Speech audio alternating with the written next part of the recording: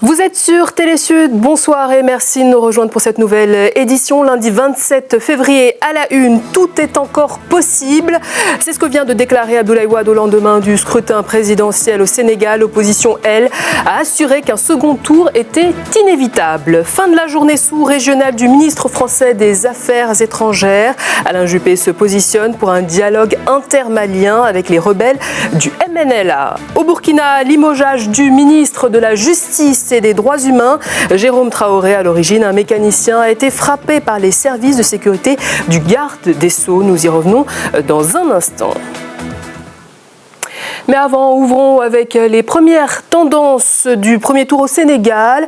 C'est dans le calme qu'un peu plus de 5 millions de Sénégalais se sont rendus aux urnes ce dimanche, soit un taux de participation qui tournerait autour de 60%. Et déjà, les premières tendances donnent en tête Macky Sall et Abdoulaye Wade. Fernand Tonin. Au terme du premier tour de la présidentielle sénégalaise, marqué par une atmosphère calme, le taux de participation tournerait autour de 60%.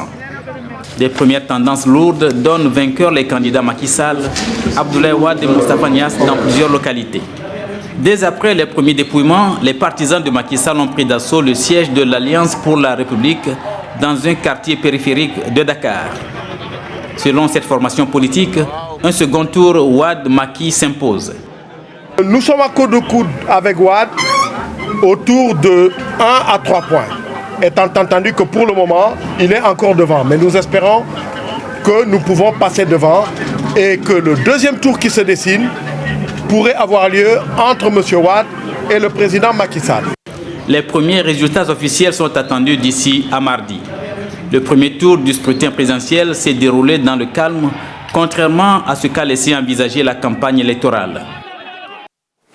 Jamais élection présidentielle au Sénégal n'aura suscité autant d'angoisse et de détermination.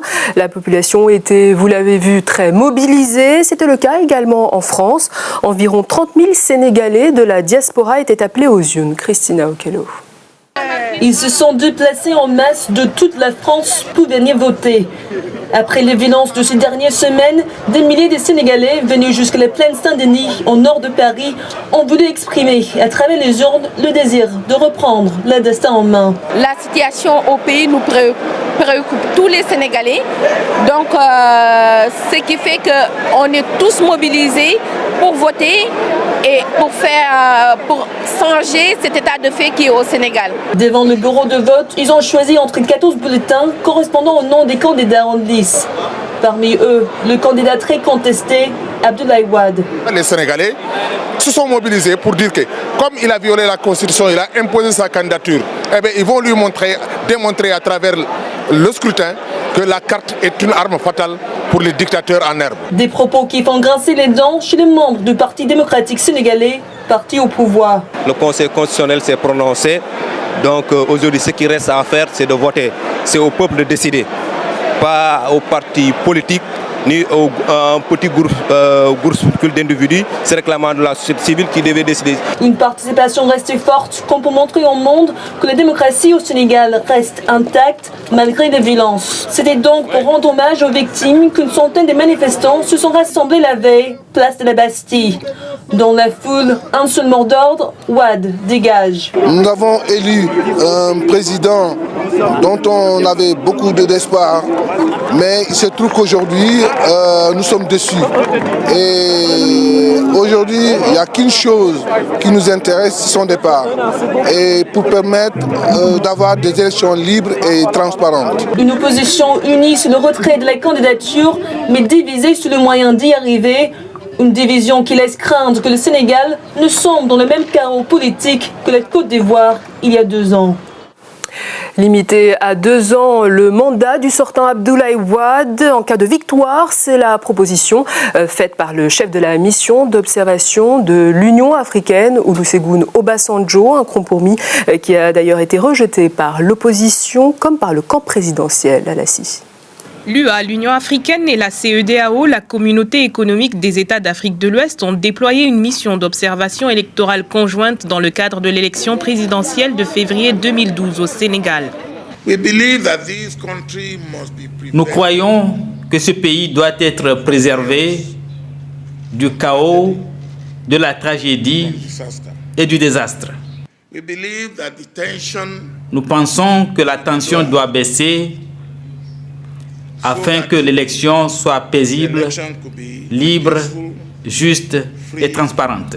L'ancien président du Nigeria, Olusegun Obasanjo, à la tête de cette mission conjointe, a interpellé tous les acteurs politiques à préserver la paix, la cohésion nationale ainsi que l'établissement d'un dialogue en vue d'une élection libre et transparente.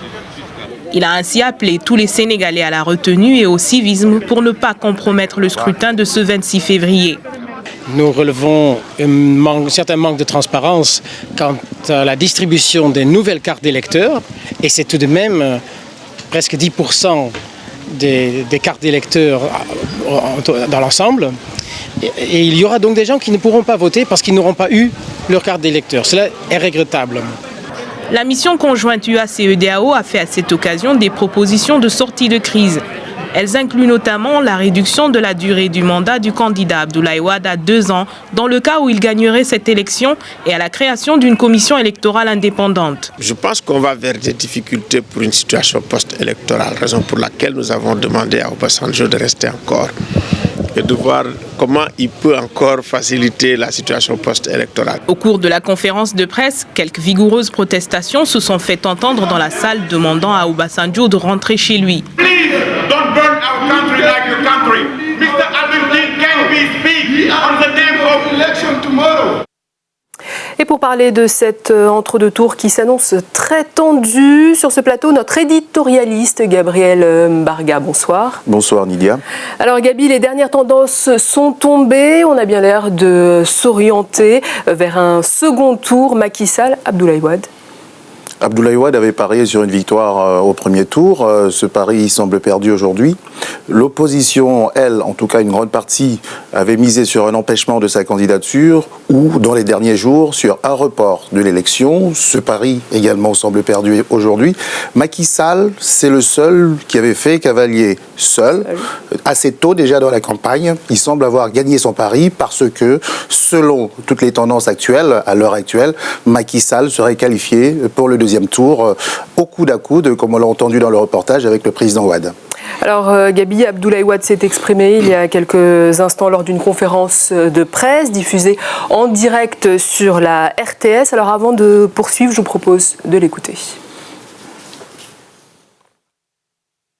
À tous mes militants, alliés et sympathisants, je demande de rester mobilisés parce que les tendances lourdes dégagées par le recensement qui, à l'heure actuelle, porte sur 282 collectivités locales sur 551, soit la moitié, me classe en tête avec 32,17% et 25,24% pour mon suivant. Tout est donc encore possible, victoire ou second tour. Dans la perspective d'un second tour, le PDS et ses alliés, dont le candidat reste en tête de la compétition, vont naturellement explorer toutes les possibilités d'entente avec d'autres forces politiques selon des modalités à convenir ensemble pour élargir notre électorat et nous assurer les conditions d'une victoire finale. Tout est encore possible, Gabi, c'est notamment ce qu'on peut retenir de cette information. Qu'est-ce que ça vous inspire ? Bon, ça ne nous fait pas penser à tout deviendra possible de 2007 en France. Non, enfin, aujourd'hui, on attendait le président. À 17h, quand il a annoncé sa conférence de presse, on attendait le chef de l'État sénégalais. On s'est dit, il va faire une annonce qui sera peut-être révolutionnaire, entendu qu'il ne s'attendait pas à être en ballottage. Mais finalement, c'est le candidat qui s'est exprimé. C'est le candidat du PDS et donc le fait qu'il a utilisé les moyens de l'État, enfin, ce qui est souvent courant, pose déjà problème. Et le fait même qu'il ait annoncé une partie des résultats au moins avant la commission électorale, aussi, c'est quelque chose d'assez inédit. C'est le candidat qui s'est exprimé, qui, en vieux renard de la politique, tend la main à une partie de l'opposition, en tout cas l'espère-t-il, pour casser la dynamique de l'opposition, entendu que si on reste sur des points strictement mathématiques, il n'a pas de chance de l'emporter si l'opposition réussit à s'unir. Mais il sait, en vieux briscard de la politique, que les ententes de principe ne sont pas toujours celles qui se font par la suite en réalité.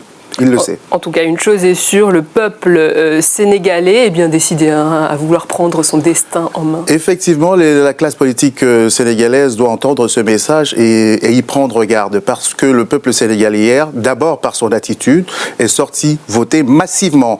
Près de 60%, c'est beaucoup par rapport au contexte, un contexte très tendu. On s'attendait à ce que les gens aient peur et restent chez eux. Ils sont sortis en masse par rapport à ce contexte-là. Ça, c'est de un. De deux, ils ont été pacifiques, paisibles. Et puis, dans le vote, ce qu'ils ont exprimé, premièrement, ils ont refusé de départager les candidats d'un seul coup au premier tour. Ça, c'est de un. De deux, le peuple a quelque peu sanctionné les candidats qui ne sont pas allés à lui. Parce que si vous regardez l'ordre d'arrivée, ce sont les candidats qui ont battu campagne, pas ceux qui étaient sur le pavé, qui sont aujourd'hui qualifiés. Gabriel Mbarga, merci beaucoup et vous êtes toujours le bienvenu dans ce journal. Merci, Lydia. La France aux côtés du Mali dans la résolution de la crise du Nord. Voilà plusieurs semaines que le MNLA, le Mouvement National de Libération de l'Azawad, a pris les armes pour réclamer l'indépendance de leur région. C'est dans ce cadre que le chef de la diplomatie française, Alain Juppé, vient de boucler une tournée sous-régionale en Afrique de l'Ouest. Dernière étape, le Mali, où il a été reçu par le président Amadou Toumani Touré, comme on peut le voir sur ces images. Alain Juppé est venu donc réaffirmer l'attachement de la France à l'intégrité territoriale du Mali avant de préconiser le dialogue pour une sortie de crise. Et avant de se rendre au Mali, Alain Juppé était au Burkina Faso où il a rencontré tous les acteurs politiques de la sous-région sur cette question sécuritaire. À Ouagadougou, notre correspondant Adjima David Chumbiano. La crise au nord Mali est au cœur de ce voyage de Alain Juppé en Afrique de l'Ouest. Le chef de la diplomatie française a eu des échanges avec le président en exercice de l'Union africaine, le président béninois Yayi Boni, au cours duquel il a réaffirmé le rôle majeur de l'organisation continentale en matière de promotion de la paix et de la sécurité. La France soutient l'intégration régionale très activement. Nous avons évoqué la situation au Mali et la situation dans d'autres pays de la région. Nous avons constaté que nous étions sur tous ces sujets sur la même longueur d'onde. Nous avons essayé de conjuguer nos efforts avec le même objectif partout.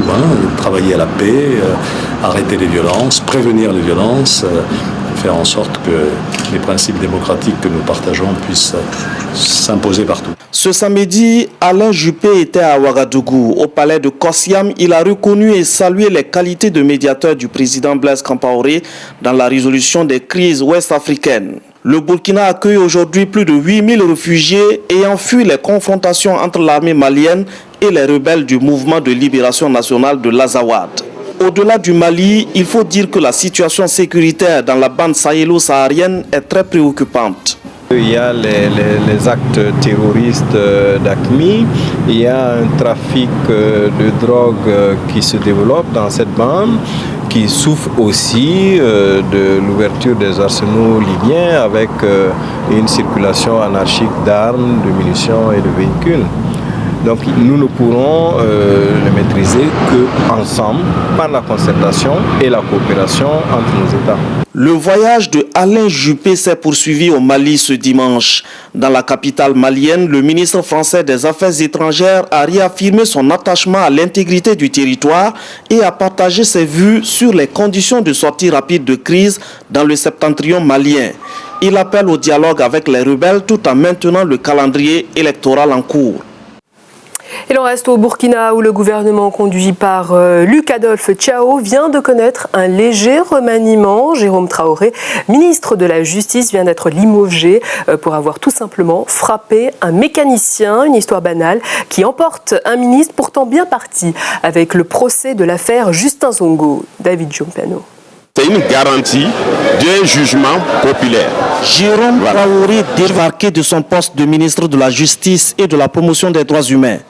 Depuis quelques jours, son départ était exigé par l'opinion. Le ministre aurait fait séquestrer et molester un mécanicien à la suite d'une banale altercation sur la voie publique. M. Traoré avait pourtant réussi à passer avec bonheur l'un des tests majeurs du gouvernement de Luc Adolphe Thiaw, formé dans un contexte de crise généralisée. Il s'agit du jugement de l'affaire Justin Zongo en août 2011. Cette affaire avait été le détonateur de la crise sociopolitique sans précédent dans lequel le Burkina s'est retrouvé plongé au cours du premier semestre de 2011. La cour d'appel de Ouagadougou avait condamné 3 policiers à des peines allant de 8 à 10 ans de prison ferme pour coup mortel sur la personne de Justin Zongo à la grande satisfaction du public. C'est juste au moment où les élèves observent plusieurs jours de grève pour commémorer le premier anniversaire de la mort de Justin Zongo que le magistrat Traoré se rend coupable d'abus d'autorité en faisant bastonner sans autre forme de procès un citoyen pour crime, pourrait-on dire, de lèse-majesté. Le Mali, on l'a vu tout à l'heure, dans une logique de paix mais aussi de développement. La première mine d'or malienne, Kodieran, vient ainsi d'être inaugurée ce week-end par le président malien qui a assisté au coulage du premier lingot. Nianian Aliou Traoré. Le Mali a une nouvelle mine d'or. Elle est située dans le village de Faboula, dans le cercle de Nianfoulila, à 300 km de Bamako, la capitale. La mine d'or de Kodieran est un projet inédit à plus d'un titre. C'est la première mine industrielle malienne, majoritairement contrôlée par des intérêts maliens à hauteur de 75%. Il est aussi le projet minier dominé par les capitaux nationaux, 20% pour l'État, 25% de parts d'étrangers. Wassoulor a été inauguré samedi par le chef de l'État malien en présence d'une importante délégation de partenaires maliens et étrangers. Les études révèlent des ressources géologiques estimées à 82 tonnes et prévoient une production annuelle de 6 tonnes pour monter progressivement à une production annuelle de 12 tonnes. Pour une durée d'exploitation de 8 ans, sans inclure les gisements d'or satellites de Traoré-La, Kobada, Kodierani, Daoulila et Tagwa. Durant la période des tests et des essais, nous avons eu 3 fois plus d'or que les teneurs très conservatrices qui se trouvaient dans les études de faisabilité géologique. La mine produira au départ 6 tonnes d'or par an et plus de 12 tonnes en année de croisière. Wassoulor, une société ambitieuse qui entend participer activement au développement du Mali avec un apport annuel attendu de plus de 27 milliards de francs CFA. Le président de la République s'est dit fier de cette réalisation et a salué l'esprit d'entrepreneuriat des opérateurs privés maliens. Le parti au pouvoir en République du Congo, le PCT, en l'occurrence le plus vieux parti politique du pays, veut désormais se doter d'un siège digne de son rang. Une opération de collecte de fonds pour la construction du futur siège a donc été lancée. Sur place, Boris Agapit. Siège du Parti congolais du travail PCT, parti au pouvoir au Congo-Brazzaville ce 25 février. Dirigeants du parti à tous les niveaux, militants et sympathisants franchissent ces murs. Tous, hommes et femmes mobilisés, prennent part active au lancement officiel de la campagne spéciale de collecte de fonds afin de remplacer ces bâtiments d'un autre âge par d'autres modernes. Une campagne que Pierre Ngolo, son secrétaire général, inscrit dans le cadre de l'exécution de la feuille de route du dernier congrès. Du 25 février au 25 mai 2012, les membres, les sympathisants et les partenaires sont donc appelés dans un élan de cœur, chacun en fonction de son statut et donc de sa marge de manœuvre, à contribuer à sortir le Parti congolais du travail de sa situation actuelle, celle d'un parti d'importance qui ne dispose pratiquement pas de siège. Le contexte de l'opération ainsi circonscrit et défini, tous à tour de rôle avec à leur tête le secrétariat permanent, se présentent dans les guichets aménagés pour la circonstance afin d'accomplir l'acte de dépôt de dons. Mettez honorable Mbappé. La bousculade s'observe à l'entrée des guichets puisque chaque militant, selon son rang social, devrait contribuer à cette campagne. Certains membres, après avoir accompli l'acte, disent se conformer à la ligne directrice du parti. Vous savez que les bâtisseurs sont toujours préférables aux destructeurs et le PCT montre l'exemple ici de la pérennisation de sa place éminente dans la vie politique congolaise. Ce parti qui aujourd'hui est au pouvoir arrive à mettre en application son projet de société. Nous avons envie de l'accompagner afin qu'il ait un siège digne simplement de la place qui est la sienne. Ainsi, les 100 plus gros contributeurs verront leur nom inscrit sur la plaque inaugurale de ce siège à construire. Et dans le reste de l'actualité, un mot sur la Syrie. 89% de la population approuve la nouvelle constitution. C'est le résultat du référendum organisé par Bachar al-Assad. Nouvelle constitution qui abolit la suprématie du parti Baas au pouvoir depuis un demi-siècle, tout en maintenant de larges prérogatives pour le chef de l'État. Et puis l'on se quitte sur cette consécration pour la France à Hollywood et le succès historique pour Jean Dujardin. L'acteur a remporté l'Oscar du meilleur acteur pour son rôle dans 10 artistes du français Michel Hazanavicius. Le film français a remporté dimanche à Hollywood donc pas moins de 5 Oscars, dont celui du meilleur film, devenant ainsi le premier long métrage non anglo-saxon à décrocher cette récompense suprême. Et c'est ainsi que notre édition touche à sa fin. Mais avant un dernier rappel des titres, Abdoulaye Wade admettrait la possibilité d'un deuxième tour inévitable pour l'opposition. Tout est encore possible. Voilà ce qu'il a déclaré il y a quelques instants lors d'une conférence de presse à Dakar. Le ministre français des Affaires étrangères, Alain Juppé, était au Mali ce dimanche, dernière étape de sa tournée africaine. Il a appelé au dialogue avec les rebelles du MNLA dans le nord du pays et au respect du calendrier électoral. Et enfin au Burkina Faso, un an après les émeutes qui ont secoué le pays provoquées par la mort du jeune Justin Zongo, le ministre de la Justice vient d'être limogé pour avoir frappé un mécanicien, preuve que le gouvernement veut redorer son image. Voilà tout pour ce journal. Merci à vous de nous avoir suivis. Je vous laisse en compagnie du JT Sport présenté par Ahmed Parezo. Quant à moi, rendez-vous demain pour une nouvelle édition.